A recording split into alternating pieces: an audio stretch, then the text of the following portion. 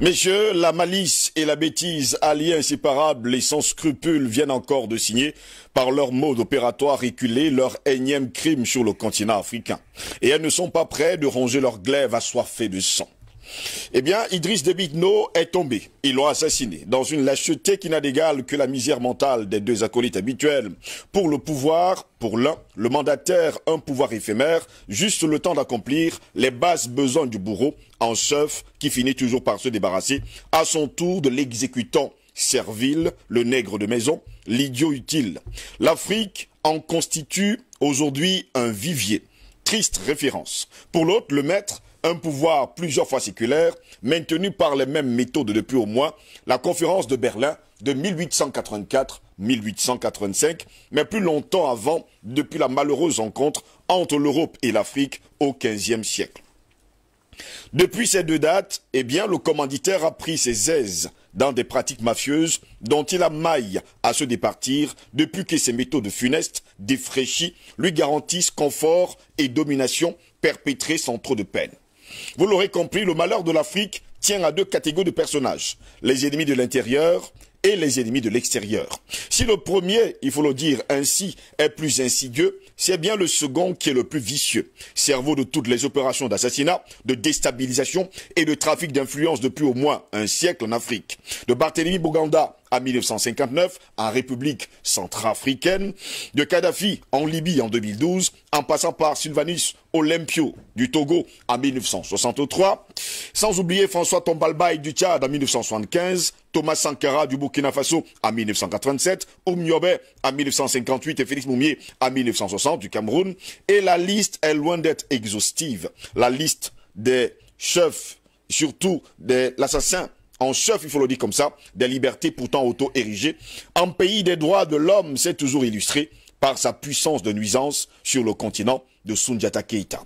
Cet exterminateur est bien, il faut le dire comme ça, la seule ancienne colonie dont l'apparente et très éphémère prospérité ne tient qu'au système de pillage systématique de l'Afrique, parti d'un concept moribond de France-Afrique, qu'un héros d'un certain 18 juin a savamment mis sur pied au lendemain de la Seconde Guerre mondiale en 1945. Depuis, tous frappés de paresse, doublés de malhonnêteté intellectuelle, congénitale, les successeurs du géant que par la taille n'ont jamais pu inventer un autre modèle que celui de la France sans su sur l'Afrique. Résultat des courses, la France s'accroche sans jamais pouvoir ni savoir se défaire de son pitoyable statut de parasite éternel, au point où même ses voisins européens commencent à s'en agacer. Mais la conséquence pour l'Afrique, c'est le chantage à la déstabilisation, pour quiconque refuserait de se soumettre en affichant la moindre velléité de liberté. Le prédateur attitré de l'Afrique depuis la fin de la guerre des 100 ans en 1453 n'a jamais pu se défaire et surtout se refaire une santé économique en dehors de la traite négrière, la colonisation et le néocolonialisme actuel. Et ce n'est pas dans sa situation de décrépitude économique avancée actuelle qu'elle daignera changer de paradigme.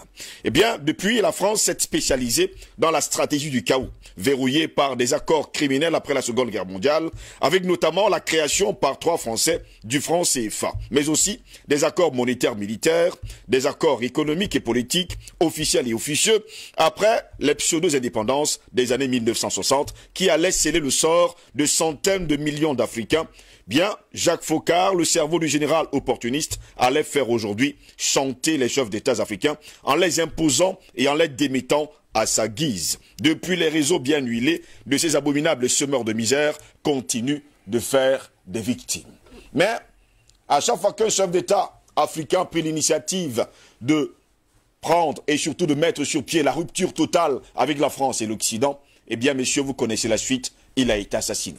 Mais commençons déjà par regarder, messieurs, avec vous ce matin, cette vidéo qui date bien sûr d'il y a quelques jours, pendant, il faut le dire comme ça, la campagne électorale du côté du Tchad. Eh bien, le maréchal Idriss Déby Itno en parle. Il veut la rupture totale avec la France.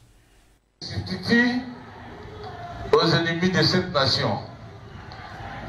Vous trouverez ailleurs en Afrique la même chose.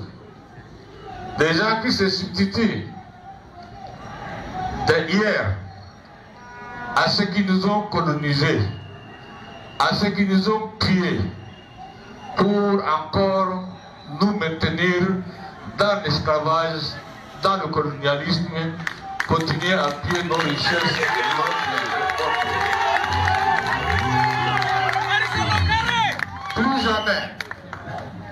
plus jamais et plus jamais, nous Africains, nous devions nous battre tous azimuts. Ça ne se donne pas, ça s'arrache. On doit arracher comme on doit arracher cela. On doit arracher cela. Aujourd'hui, tous les pays connaissent, beaucoup de pays connaissent des problèmes d'insécurité. Ça vient d'où? Ça vient d'où? C'est tombé du ciel? Financé par qui? Armé par qui? C'est l'extérieur toujours. Donc, toutes les stratégies sont montées pour que le continent n'avance pas. Toutes les stratégies sont montées pour que l'Afrique reste ce qu'elle est aujourd'hui. Et on continue à assassiner les hommes politiques. On continue à assassiner, comme on a assassiné François Tobarbaye, qui avait refusé le pétrole, de donner à la France, et qui a donné aux Américains. Et il avait dit, le jour où signait la convention avec ExxonMobil en son temps, Ponoko en son temps, à Toba, en 1972, je suis en train de signer mon arrêt de mort. C'est ce qu'il avait dit en son temps. Et exactement, c'est ce qui est arrivé aujourd'hui. Donc, et lorsqu'on écoute justement Idriss Déby Itno dans cet élément, messieurs, on comprend pertinemment que lui-même venait de signer son arrêt de mort.